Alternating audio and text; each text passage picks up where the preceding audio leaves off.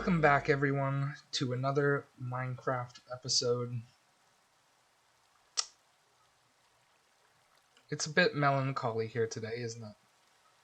Well, I have a plan that I think might change things up a little. I'm gonna wish for a sunny day. Whoa. Would you look at that? A secret door. What the hell? A whole underground sewer system? Who am I kidding? I built this myself. I know this. I knew this was here. Yeah, this is a little project I worked on in between episodes. I've got a little time-lapse of it, probably going up on the screen right now.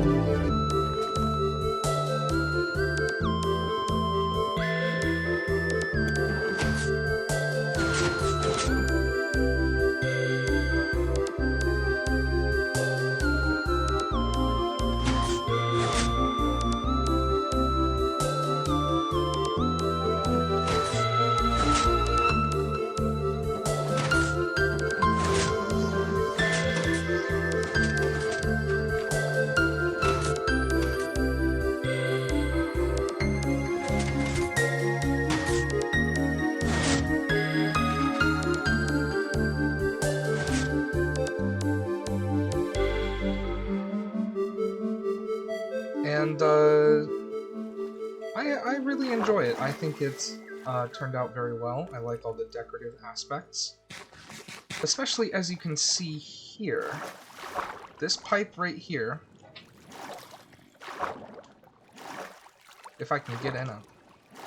This pipe right here actually leads somewhere. And this is kind of something I want to add a bunch of different places in my world. Little nooks and crannies that can kind of take you places. So this one takes you to a new storage room basement that I have down here underneath this house. So this house actually has a purpose now. This is excess storage. I was using a place like down below with my skeleton spawner, but this place is much more convenient. I actually put a bunch more storage on it, so it can actually hold a lot relatively now.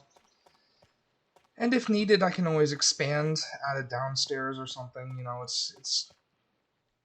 it's functional, and I think it actually ended up turning out nice as well. This roof is actually the floor of the house above, and I think this looks really nice as a roof material. And then dripstone floors, and oh, look at that, a sunny day.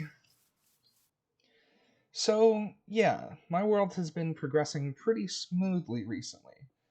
As I said in the last episode, I've been having a lot of inspiration recently for stuff to do in my world, and I've been starting to make progress towards making my world into a better place, some place that I actually want to do things in. So I've got a little list here. It's not a complete list because there's a lot of things that I want to do in the world that aren't listed here, and I have some on like a to-do list on my phone. But this is a bunch of the stuff that is kind of more necessary, I think. I don't know. Yeah, this is kind of the start. I mentioned last episode sort of a grand plan, and that plan starts here. Sapphire Ridge. So, I may not have introduced this concept very well in previous episodes, if you've even seen previous episodes. But, in the game here, I have a sort of like settlement system that I've been very fond of. And in the past, I've only had two settlements. I had White Manor up here, which is sort of my main base. This is the place I work at most often. And then I have another place down here, a city that I call Lossitis. It was named after a D&D campaign that I had. And so Lossitis here is sort of like a desert dwelling city. My ultimate plan for Lossitis eventually is that a lot of the sand around here I'd like to replace with black concrete powder. Because Lossitis is like sort of a volcanic sand desert. It's made of like volcanic obsidian glass sand. And Lossitis here, I'm not sure exactly what I'm going to do with the actual town, but you can kind of see the start of this pyramid here. I've been slowly coming to terms with how I want it to be. I have an idea in my mind now for how I want to finish it, and it's going to be very large. I've been interested in working on that, but I have been more interested in pursuing uh, setting up sort of infrastructure for my world, um, which is what I'm going to do later in this episode. That moss farm that I mentioned in episode 2, like 2 years ago, I'm going to actually get around to doing it. But first, here, I'd like to introduce Sapphire Ridge. Sapphire Ridge is going to be the third settlement that I have. Um, and ultimately, I already have a map drawn of like all kinds of roadways and waterways that I'd like to interconnect my world with. So ultimately, this should all be connected. But for now, we'll just fly over here. Sapphire Ridge is going to be an interesting project because I have a few goals with it. Since the last episode, I got this trident and it has Riptide on it. And that has been one inspiration. I want to utilize water features to traverse here a lot. So I think Sapphire Ridge will probably be. So, okay. To start from the beginning, Sapphire Ridge is the name of a location from the game Crosscode. Crosscode, recently I played it. It became a very beloved game of mine. It's in my top favorite games of all time. So absolutely, Crosscode, 100% inspiration. Sapphire Ridge is named after that. And you might have even seen it at some point between episodes here. But if I can make my way over there, I've done a couple changes to texture packs and stuff, and that allowed me to actually add the texture packs that I use in the description, so you can see those now.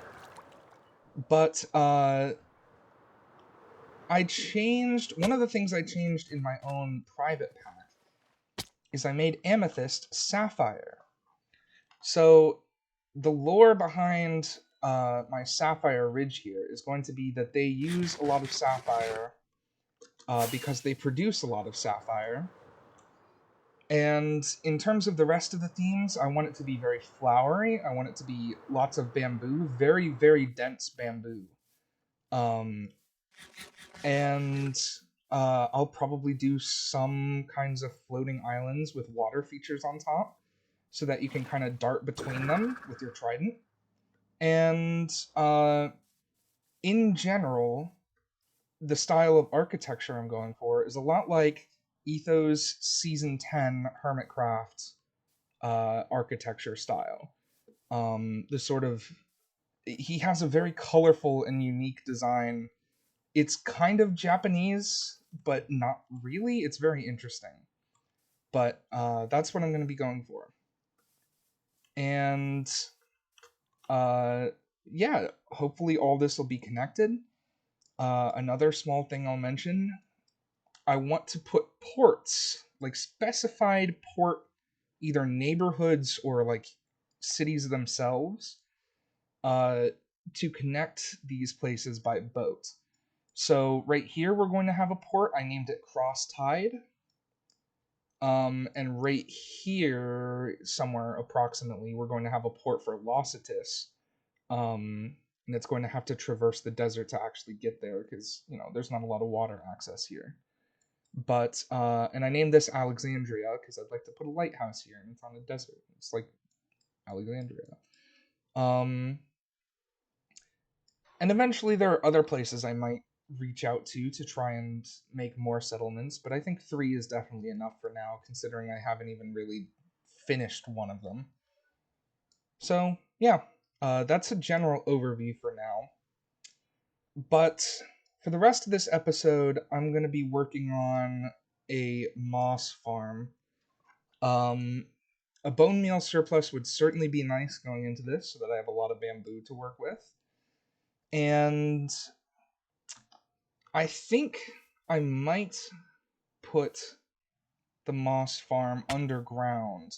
I was thinking I kind of want to put my industrial things near the bamboozler, but far enough away from White Manor that it's not super apparent, you know? Like, you don't want it to detract from White Manor when I actually rebuild this thing and make it nicer.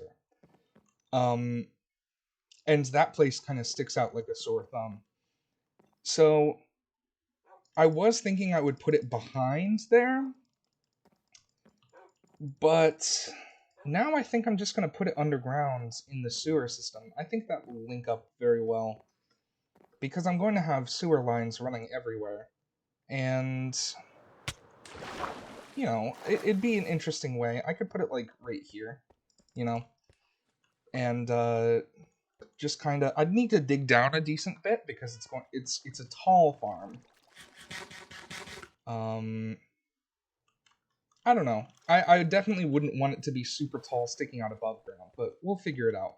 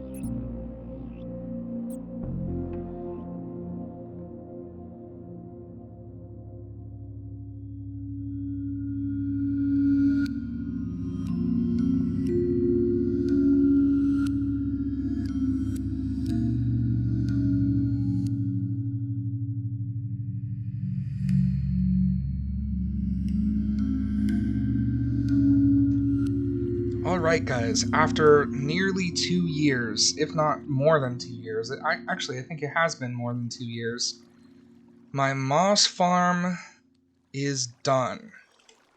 Let's go check it out. So, for this moss farm, when I made the moss farm originally, I had my own working design, but it was, well, working is a strong word. So this time I decided to just suck it up and follow a tutorial. This is the Chromos Moss Farm design. It works exactly as intended. It did a really good job. I decided to use this one because of its lag friendliness and its very simple stackable design. I made sure to put this all within one chunk, and I have a portal chunk loader under here so that if I ever leave the chunk, I can turn it on and it'll stay active. I won't have to worry about it unloading and ruining things. So, yeah, this farm has worked perfectly. You can turn it on. It does exactly what it needs to. It's already made a bunch of surplus bone meal. So this will definitely be handy in my attempts to fully stock up the Bamboozler, which is going to need a small redesign in the future, but that's for another episode. So I'm not entirely done with this yet. I'd like to stack this at least 2 taller, and I think that'll give a nice height. It might be slightly too short even. My vision is you come into here, this pipe sort of has water runoff, and there's a bunch of other similar pipes in here. This is kind of like a sewage system that you can see in TV and movies, where all the pipes lead here and they all drain down into the one big reservoir, almost. And this will be a sort of a centerpiece somehow. I don't really know how that's going to work, but we'll figure it out when we get there. But yeah, I think that's going to be it for this episode. It's been an interesting one. These episodes have been really fun to produce. I'm very glad to be making videos again, especially of my Minecraft world. It gives me an excuse to do things in my world, which is very fun. I just want to take a moment here to talk about the philosophy of my world, because as you all have seen, the White Manor, I am not a great builder. I try, and I do nice things like this area right here. I don't think I've shown this on camera before. But this is kind of the stuff that I want to fill my world with. I'm not great at the huge buildings, the terraforming, the epic monumental structures. I prefer smaller things that make you feel immersed, things that feel they make the world feel real in a sense. They have more connection to the player than huge structures that are entirely empty inside, you know? So that's pretty much what I'm trying to do. That's why I have my whole settlements thing. I enjoy having different places with the different themes so that I can, you know, I don't typically work on huge structures, but I try to do at least one for each place. And the different structures in all the different settlements, they have their own themes, which allows me to sort of explore different ideas when I'm building, different block palettes and different, just everything in general. You can do all sorts of things, different roads, different. I like the settlement system because you can do sort of anything with it, you know? I have these 3 distinct locations that I can go to, and I can sort of divvy up my projects between them into whichever one I feel fits it the best, you know? I have a lot of my farms over here in White Manor. I have the mob farm over in Lossitus. And for Sapphire Ridge, I'm not entirely sure what I'm going to do there yet, but I'm sure we'll get there soon enough. But yeah, that's going to be it for this episode. Thank you all for watching. Until next time, take care.